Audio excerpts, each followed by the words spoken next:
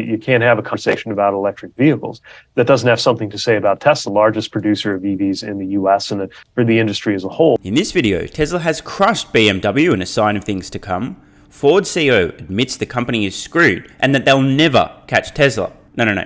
This actually happened. Ford CEO, on the record, we're not going to catch Tesla. Impressive honesty. The Biden administration has reluctantly praised Tesla, and yesterday's FUD tsunami has failed to impact Tesla stock, with the stock rebounding strongly today. And a final reminder to get your questions in for the latest exclusive Patreon Q&A. If you're already a member, you'll know exactly where to find it, and if not, you can join with the card in the corner or the link in the pinned comment. We'll be recording that Q&A very soon, so this is the last chance. Get your questions in now. Following the FUD tsunami yesterday that almost, I'm not saying it is, but almost appeared to possibly be a coordinated attack on Tesla's stock, which would never happen, especially because it's not like there's shorts out there who go short of stock and then leak some supposed news, and that never happens. But it did certainly look like something like that theoretically could have been happening if those kind of things actually happened, but they don't. But I'm just saying, it almost looked like maybe if I was a tinfoil hat wearing conspiracy theorist, somebody didn't want Tesla stock to be performing well yesterday. After Tesla debunked the false allegations regarding workers and unionization, and following the knee-jerk reactions of literally brain-dead algorithms that trade based on hearing the word recall in Tesla, which really means an over-the-air software update, and more price increases globally,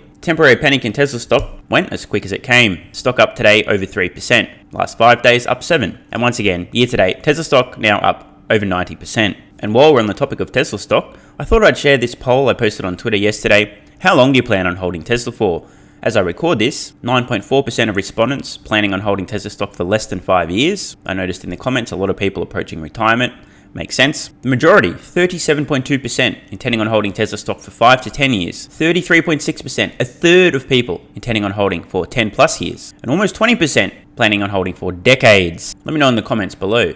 Which category do you fall into? And as for me personally, I plan on holding Tesla until I panic during a crash, then selling it at long-term lows, then buying it back after it more than doubles, then panicking again, and repeating this cycle for decades. And here's a picture of me visualizing my success. Just between you and I think I have a pretty bulletproof plan. And now a preview of things to come. BMW, absolutely crushed in the United States by Tesla. Spoiler alert, you know who's next?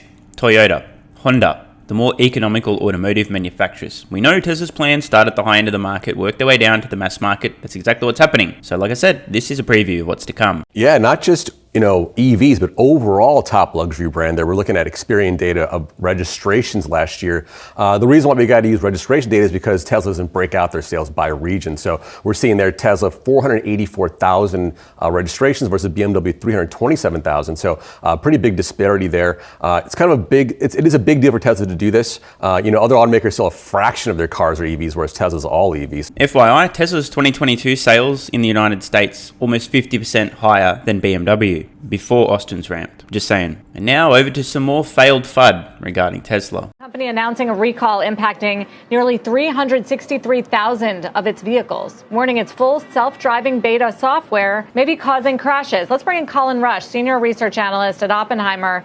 He has a hold rating on Tesla. There have always been questions, Colin, about this self-driving software, whether it was really indeed that. Let me clarify.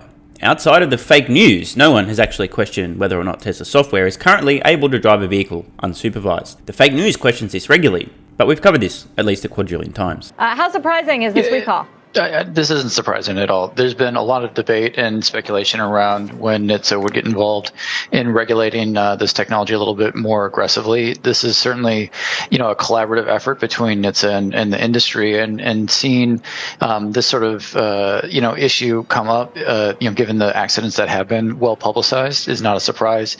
I think what's interesting is what ultimately is the cost to the company and to the brand. And it looks like the cost of the company is going to be not terrible here.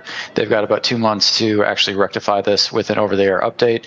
And certainly I think the brand has held up relatively well, even through Elon Musk's acquisition of Twitter and the recent price decline given the demand activity that we're seeing right now. And so, what will be interesting for us to see who actually signs up for the service as we get into the back half of the quarter and into the next quarter. And just to be clear, this is on the self-driving software, which is an upgrade in itself on Tesla. I think the number is surprising people. So Tesla cars are not self-driving, right? Hasn't this always been kind of this weird gray zone and a marketing question mark? Yeah, it's an enhanced driver assist at this point, with the option for the company to layer out incremental functionality. Certainly the ability to navigate an urban environment is something that everybody's working on in this space, and a lot of this is really around where the edges of the use case for the autonomous driving and self-driving functionality. I think what we're seeing here is that there's a lot of trial and error, and this is called a beta because it is a beta, right? And they're doing the testing out in the field, and that's where they need to be doing testing to get more information around corner cases, and they have a very active user base that's helping them do that testing right now. Love Colin, the dude gets it, importantly pointing out that this is beta software and this is how you improve it. You put it out into the real world and iterate. That's the whole point. This is how the software improves from a drunken toddler to an incompetent teenager, to a learner driver, to an experienced driver, and eventually to God mode. I thought I'd share some relevant data while we're on the topic of recalls. Tesla handles majority of industry remote software recalls. Total number of recalls since January 1st, 2020 shows Tesla is the only automaker performing a large share of recalls through over-the-air software updates. Since the 1st of January 2020, Ford in the US, 100 physical recalls, as in physically recalling vehicles to a home base to physically do something to make some changes. 0 over-the-air software updates. Government Motors, you did it, Mary, you led with 1 over-the-air software update and a mere 77 physical recalls. VW, 66 physical recalls, 0 over-the-air software updates. Chrysler, 1 over-the-air software update, 66 physical recalls. BMW, 60 physical recalls, 0 over-the-air. Nissan, 41 physical recalls, 0 over-the-air. Hyundai, 36 physical recalls, 1 over-the-air. Tesla, 12 physical recalls, 7 over-the-air. Based on the headlines, you wouldn't really think this was the case, would you? The fake news has milked the absolute out of every single one of these Tesla recalls, including the over-the-air software updates. When was the last time you saw headlines across every mainstream media publication about a Ford recall or a GM recall? Never. Something to ponder. And now, some more failed FUD. Recalls happen all the time, Tim. How is this one significant, or is it more significant than others that we've heard? For years now, there's been questions about the safety or the capabilities of Tesla's ADAS systems. These systems that aren't fully self-driving, but they're more advanced in cruise control, the basic cruise control you have. Elon Musk has for years said that it improves the safety of the vehicles, but there have been critics out there saying that they lull drivers into thinking the car can do more than they can do. And so this NHTSA report, these findings suggest that there were some certain scenarios where the car might act in a way where the driver couldn't take over fast enough to avoid a crash. There's absolutely no question there haven't been any fatal collisions or any that have caused any significant injuries, or they would have been all over the fake news. This is important. It's curious how many headlines Tesla gets. I would need about 15 hands to count the number of individual automotive manufacturers selling vehicles in the United States in the last few years that have had serious safety faults that have literally resulted in deaths. Many of them. They get no attention whatsoever. Yet Tesla's software, no fatal collisions whatsoever, none, 0, under intense scrutiny. It's almost as if the regulators have their priorities a little bit backwards. Or potentially break the law. So, fixing this in the software, a lot easier than, say, having to bring it into a car dealership like a Chevy would do and have to change mechanical things, have to put in new equipment or something like that. So, kind of in short, kind of a win for Tesla because it doesn't have to turn the system off. It doesn't have to do any mechanical changes, but a black eye because of the system's defaults. What has Tesla said about the defaults? They agree with the government's assessment of it? Well, they would disagree. They pushed back on the government with the government's findings, but went forward with the voluntary recall here, which is often the case in these things. When the NHTSA is going to do this, it's either do voluntary or it can become much more messy down the road. So, going back to Tesla traditionally says that these systems are safer than what the human can do. That's, maybe perhaps in debate. Sometimes we don't understand where their data is coming from, but... Really, Tim? I mean, really? We don't understand where the data is coming from, Tim? Should we tell him? Tesla vehicles collect data and they publish the data on their vehicle safety on their fucking website. Oh my god. I might add, Tesla voluntarily publishes this safety data. They don't have to. They do it voluntarily. Talk about transparency. It gets to kind of the core of these systems. Are they about safety or are they about convenience? The criticism continues to be about Tesla and other systems like it, is that the driver thinks the system can do more than it is. It is not fully self-driving. The robot is not in control. The driver needs to be in control, needs to take back that wheel, needs to be engaged in the driving scenario. And oftentimes they get lulled into thinking the car is doing more than it actually is. Were there any accidents involved with this? Yeah, there were a few. Tesla told the government they didn't think any fatalities. And we know that the government is looking to other crashes involving Tesla's ADAS system that have involved fatalities. So it's hard to say if this is the end of the story. In reality, as we look at Tesla and other companies coming out with these systems, we're probably going to see a lot of these kind of software tweaks in years to come, just because this is a very dynamic environment. Tesla is updating its system on a constant basis, trying to improve it. What other companies are doing things along these lines? Who else is going to be closely watched on this? Well, this kind of technology is on the cusp of becoming ubiquitous. Tesla has been the most aggressive in pushing forward the capabilities and kind of marketing in a way that it seems like a hands-free system, even though it's not. We see GM out there with its Super Cruise. This is a system that has some more procedures in place to try to keep the driver engaged. It has the ability to monitor the driver's eyes to make sure they're paying attention to the road. Ford is out with a similar system. Most car companies are pushing towards this, and the question is, over time, how much more advanced are they going to become? Spoiler alert, this software will continue getting better ad infinitum. At some point in the future, it will become demonstrably safer than human drivers, and then considerably safer than that, and then even safer than that. There'll be a long tail. It's going to be a huge S-curve in terms of capabilities to ramp, and then a long tail of incremental improvement. This is inevitable. And spoiler alert, Tesla will be first, and their lead is unassailable. Mark my fucking words. And now to one of the most shocking and unpredictable events of all time. The Biden administration publicly acknowledging and praising Tesla, and actually using the word Tesla while doing so. It appears that the Biden administration has finally removed the UAW's eggplant from the back of its throat. At least for now. The Biden administration is revving up its strategy for EV expansion, announcing that Tesla will open 3,500 new and existing charging stations to rival EV customers by late 2024. This is part of the president's longer-term goal to build 500,000 EV charging stations by 2030. U.S. Secretary of Transportation Pete Buttigieg joins us now. Always nice to see you, Mr. Secretary. Lots to unpack here in this release. What's the biggest message the administration wants to get across to would-be EV owners? I think the biggest thing that people need to know is that we are now well on our way toward creating that charging network of 500,000 chargers across the country by the end of this decade that the president has envisioned. And we're not just urging that it happen, we're funding these chargers, make sure that they can get installed along highway networks and in communities. Importantly, we're also setting high standards on this. We want to make sure that a charging experience is as interchangeable and predictable as filling up a car. That's one of the reasons why we set up these standards, saying, for example, there has to be transparency about the prices, that it can't be a walled garden that requires you to be a member of a certain vendor just in order to be able to use these things. You got to be able to use these chargers easily, interchangeably, and transparently. And as we continue to work building them out, the other exciting thing is the job creation. High standards here about these things being assembled in America, having American-made components, because we know the good-paying jobs that are associated not just with making these electric vehicles, but making the devices that are going to keep them charged. And you mentioned that it should be as easy to get your vehicle charged as it is to fill up gas right now. And I wonder just sort of the nitty-gritty here. Are, for example, gasoline stations going to be converting or adding chargers? Is that part of the plan? What can people expect in terms of where they'll be able to find them, the timeline for rolling them out, et cetera?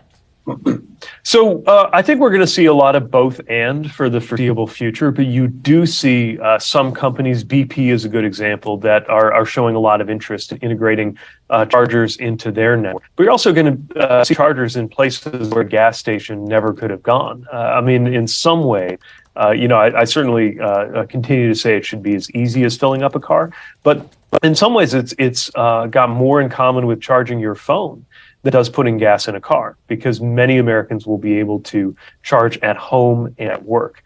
The guy is actually spitting facts. A lot of people, especially fudsters who just for some reason hate the idea of electric vehicles, I don't know why, maybe hating EVs is part of their identity, have some criticism along the lines of, EVs are shit, bro, I'll never get one. You have to go to a fucking charger and then charge up. It takes half an hour to charge, bro. A reasonably common retort is, do you charge your smartphone at home every night? Yeah, what's that got to do with anything? Did you know you could also charge your electric vehicle at home at night? Oh, I didn't really think about that. But EVs are still shit.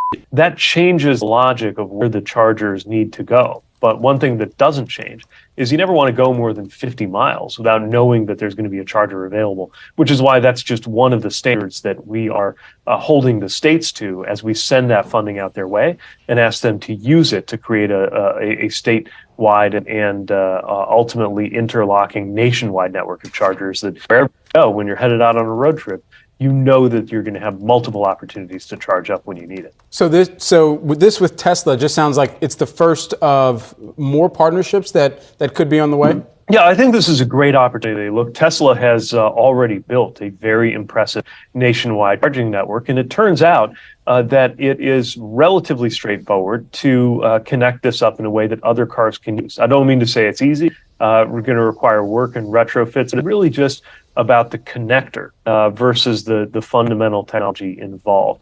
They have a customized connector they call NACS. Most cars that you would buy if they're not Tesla use a standard called CCS, the combined charging system. And we want to make sure that again, same as you have to check whether a gas station has a nozzle that's going to fit your car. If there's gas, you can go there and you can use it.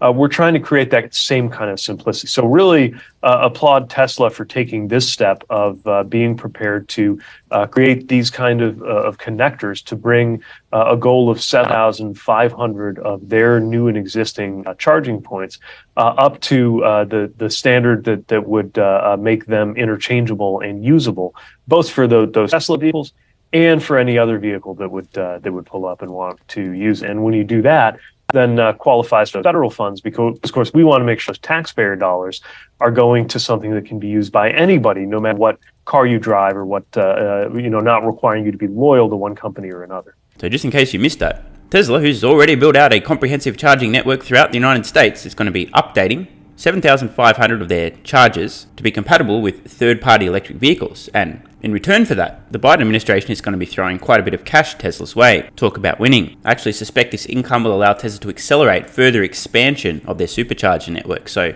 everyone wins. This Tesla part of the agreement, though, does seem to represent sort of a détente between the administration and Elon Musk and Tesla. We saw the president tweeting at Elon Musk. He replied in very civil fashion. Did you deal with Musk directly? How was that experience? And does this set the table for further cooperation? I think it can. The seeds for this were planted a long time ago. I was present in a meeting of leaders of different auto manufacturers over a year ago, and he was there and he mentioned a level of interest in creating this kind of interchangeability. We made clear we wanted to take him up on that, and the White House, our department, the Department of Energy, and others have worked on this.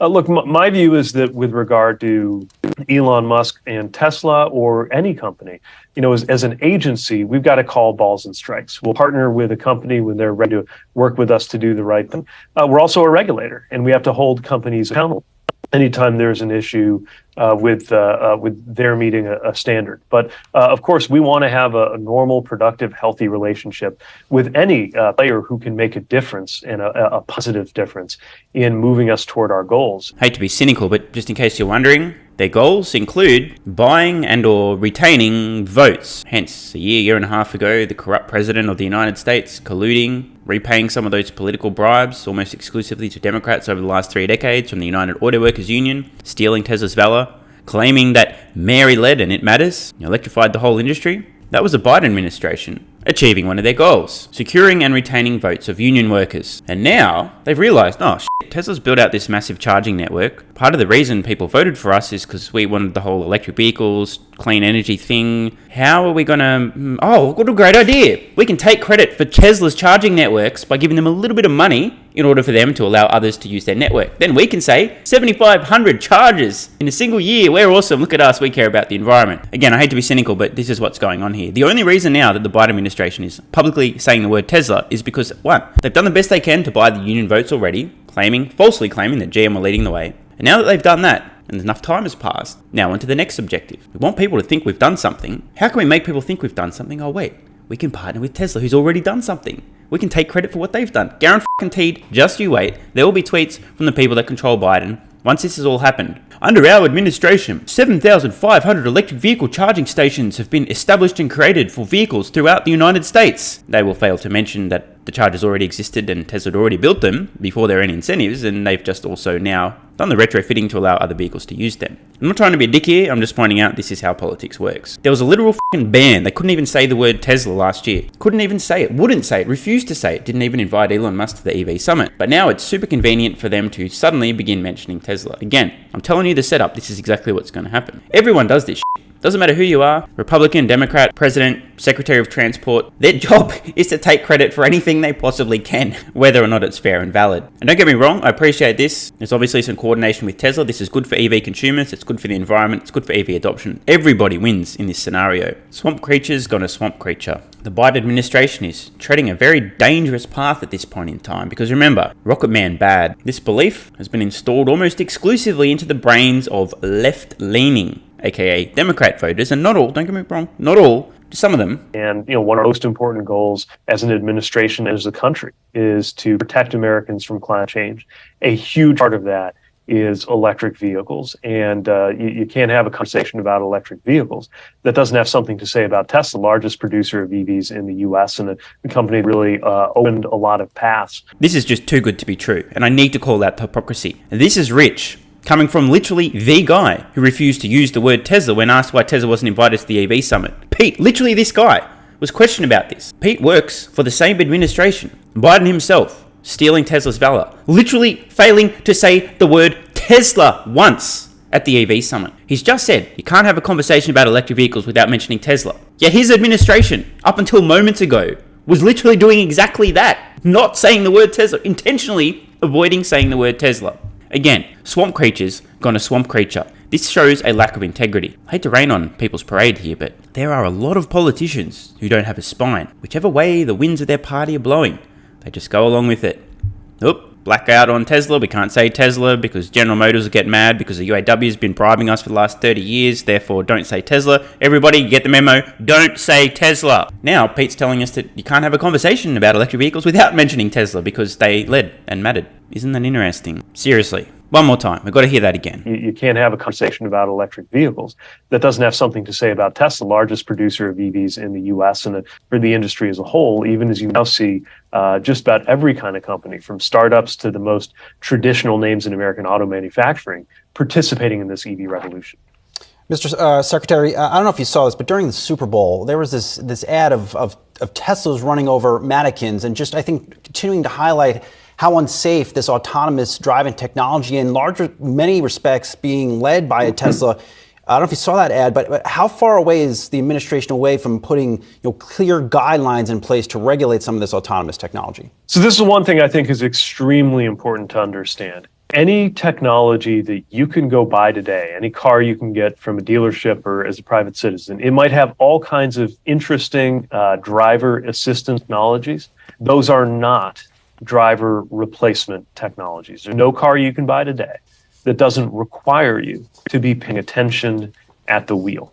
And we are a long way off from automated vehicles. You can just sit back, take a nap, or read the paper while it takes you from point A to point B. So we do need to make sure, first of all, that everybody understands that, and that there's a level of rigor around these technologies that are introduced, that they are enhancing the safety of a driver who is paying attention, and that claims aren't being thrown around that somehow means you don't have to have your eyes on the road and your hands on the wheel. There is enormous safety potential in the future of some of these automated driving technologies. But any technology that's on the market today is something that is designed to supplement, not replace, your attention as a safe driver. And I am very concerned about any scenario where any driver thinks otherwise. Reasonably fair points there, including the fact that all the driver assistance technology today requires driver supervision. And congratulations for making it this far through the video. Far and away the most epic thing discussed today, Ford CEO Jim Farley admitting they will not catch Tesla. I love the balls on this guy. It's true, and he's saying it out loud.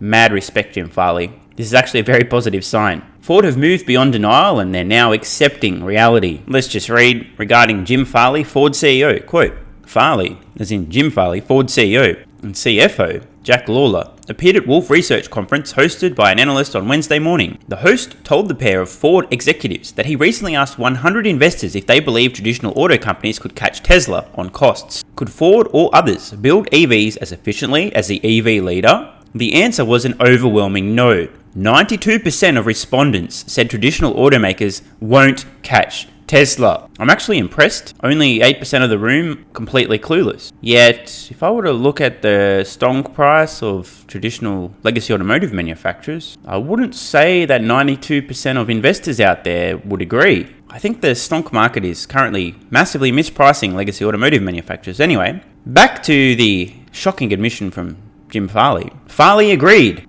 I'm in the 92% camp, he told the host. Okay, that happened. Jim Farley just learns that 92% of respondents to their survey don't believe automakers, traditional automakers, will catch Tesla. And the CEO of a legacy automotive manufacturer says, I'm in the same camp. I agree. We're not going to catch Tesla. Stunning honesty. Again, mad respect to Jim Farley for having the balls to say what we already know out loud. That sounds almost defeatist, especially coming from the second largest EV maker in the US. Ford delivered almost 62,000 EVs in 2022, while Tesla delivered about 522,000. As we can see here, Mary continuing to lead the way with General Motors. But Farley didn't stop there. Quote, that's why we split the business, he said. Again, I've been talking about this from day one on the channel. The best strategy for legacy automotive manufacturers to spin out their EV business. They can start raising capital for their burgeoning EV business. It's going to show strong year-over-year, quarter-over-quarter growth, while their ICE business will see collapsing sales. It's kind of like a lifeboat. You're on the Titanic, the traditional company. It's already struck the iceberg. It's going to be sinking. It'll be on the bottom of the ocean sooner rather than later. So abandon ship, let it sink.